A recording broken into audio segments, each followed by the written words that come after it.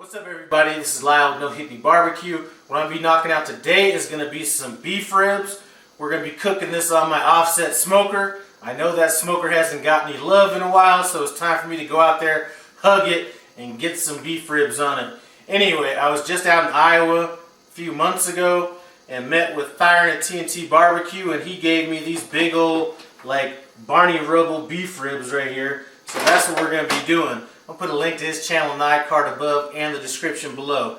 Anyway, these are some huge beef ribs. I'm cooking them for somebody that's having a Super Bowl party. He said he wants one sweet, one savory, so that's what we're going to do. What I've done so far is I have pulled the membrane off the back of these ribs. And if you're cooking pork ribs, you know, maybe it's an option to score it or leave it on or something like that. Beef ribs, I mean, this membrane is so thick that no flavor is going to get into that meat. So anyway, what we're going to be doing is I'm going to be using Worcestershire sauce as a binder, and I'm using French's, but I'm sure any brand would work. The rub I'm going to be using was sent to me or given to me by another YouTube channel in Iowa that I met when I was out there. His channel's name is called Smoked BBQ. I'm going to leave a link to his channel in the iCard above in the description below. But the rub he gave me was this John Henry brisket rub, so I think that's going to go great with the savory one. And then for the sweet one, I have kind of my own little Memphis BBQ rub that I threw together. So we're going to be putting that on the sweet one. And I'm not sure if I'm going to wrap them or not. I know I'm going to have to wrap the sweet one because I'm going to be adding some of this raspberry jalapeno jam that I bought at an Amish store when I was out in Iowa. So, you know what? Maybe these are just Iowa ribs right here. Anyway, first thing I'm going to do, you know, we've already got the membrane taken off. I'm going to go ahead and get these things rubbed down with some of this Worcestershire sauce, which is going to be our binder. I'm going to let that sit a while, and then we're going to get seasoning. So here's our beef ribs right here. I've already, like I said, remove the membrane off the back of both of these. Now we're going to go ahead and get some of this Worcestershire sauce on these ribs. Alright, so that's going to be our binder. What I'm going to do is on one of them, I'm going to go ahead and add our John Henry. So I'm going to put that on this one. And this is going to be the savory rib. Get the edges.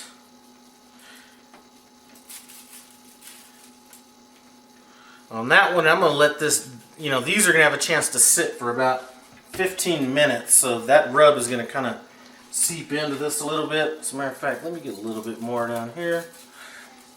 And then our sweet one, I'm going to kind of go over it with my little Memphis barbecue sauce.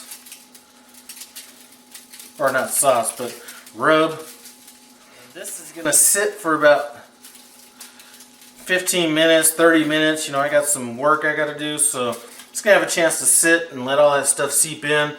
When that's done, we're going to flip them over and get the other side. The rub sat on the back of these ribs for about 15 minutes. Just went ahead and flipped them over. Going to get some more Worcestershire sauce on the top of them. And then we're going to hit it with both of these rubs again. So we got our sweet one here. Now the sweet one doesn't have as much salt content in it, so I can go a little bit heavier on it. That John Henry rub, a little bit more salt, so I'm going to be a little bit more careful as far as how much we're putting on this side. I think I'm fine with that right there. I'm going to go outside and get this offset smoker going. What we're going to be smoking with today is going to be some hickory logs. I'm just going to use one hickory log to, you know, at the very beginning, and then I'm just going to be running charcoal after that. So here we are. Looks like the smoke is coming out right like I want it to. What we're going to do is take a look at this firebox. Now, this particular smoker happens to be a 16-inch instead of a 20-inch, so it's kind of a smaller firebox. So it means that you can't put as much wood and you don't have as much cooking space, but it also means that you actually have to monitor this temperature even more than a bigger one. So anyway, we have the ribs in here, And I have a water pan below, and that's just filled with like some leftover Worcestershire sauce and some water. I have the ribs on the far end of the smoker. And as far as the firebox goes, what I'm probably going to do is run it kind of open like this for a while and just kind of check the temperature. Here's how cold it is right here, right now. You can't, there's ice covering up this thermometer, so I'm not even going to be able to check the temperature for a while, but I can judge it just by looking at it. Anyway, I'm going to let these go for about an hour, maybe 2 hours, and then from there we're going to go ahead and start spraying them down. You know, I did like that pickle juice deal that I did on some beef ribs I just did a while back. So even with the sweet ones, I think that's going to be a nice counterbalance to it. So we're going to go ahead and rock that out. So we are about an hour and a half in on this cook. I'm going to go ahead and spritz this down right now. Some people had asked me about this offset smoker. And basically this smoker is a Brinkmann smoker. It's one of the real old ones. So this isn't one that you would buy at Home Depot or anything like that. This is made with 1/4-inch steel. Weighs just under 400 pounds, and it's solid. It's not the best smoker in the world. It's not the worst, but I mean, as far as, you know, if you're going to compare it to what these Home Depot smokers and stuff like that are, this is a lot heavier. Everything is kind of welded on this. The firebox, there's no gap between the firebox and the cooking chamber.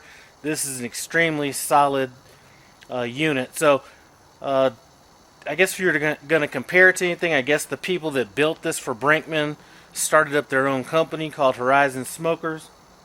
And that is basically what this smoker is. I'm going to keep spraying this down once an hour. You don't need to stick around for that.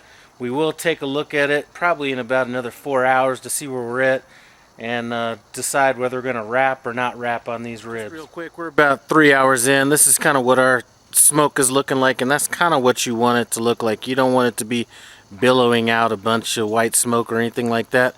Anyway, I'm gonna go ahead and spray these things back down, and then we'll start checking the temperature on them in another hour and a half or so. Alright, so we just got these ribs off of the smoker. We're at about 160 degrees. That took about 6.5 hours to get to this point. So to speed things up, what I'm gonna do is throw them in a foil pan. I'm gonna put a little bit of peach juice in here and throw them back out on the smoker. Once I get to about 192 degrees, somewhere in that area, I'm going to go ahead, the one that's going to be savory, I'm just going to go ahead and wrap that by itself. The other one that I'm going to put that habanero jelly on, we're going to go ahead and apply that, and then we're going to take it up to 201 degrees. Beef ribs have came to about 192, 193 degrees. What I'm going to do first, I'm going to take the savory ones. We're not really going to do anything to these. What I am going to do, I do have some 4 sheets of foil down here. I am just going to go over it with some butter. Now let's just go ahead and shake that up. No more seasoning. I tasted it. Seasoning looked on point. So we're going to just go ahead and do that. Double wrap it.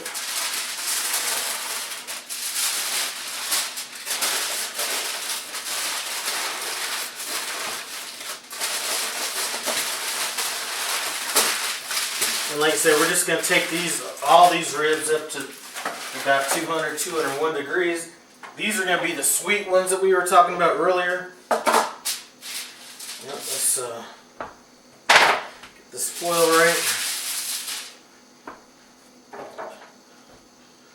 Alright, so I have my habanero, or my habanero raspberry jelly, so I'm going to go ahead and just pour some of it down.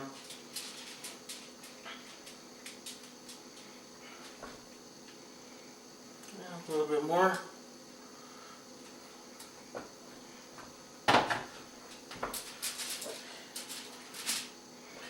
There we go. I'm gonna go ahead and pour some on the back side. Now, I did put the meat side down on this, but when I cook it, I'm gonna flip it back over.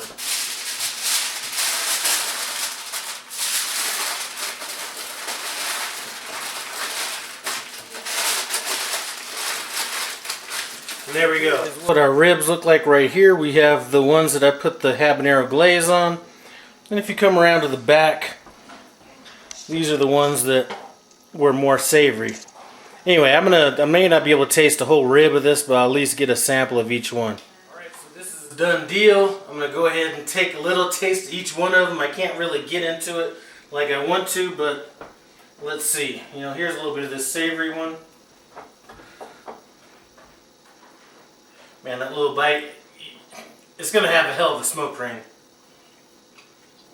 I can't really cut into it. So that's good. That was tasty. Where can I get this one? Yep, right back here.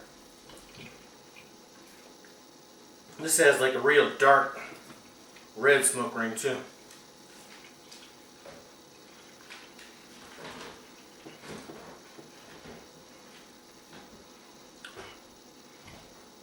You know what? I think I like the sweet one even better.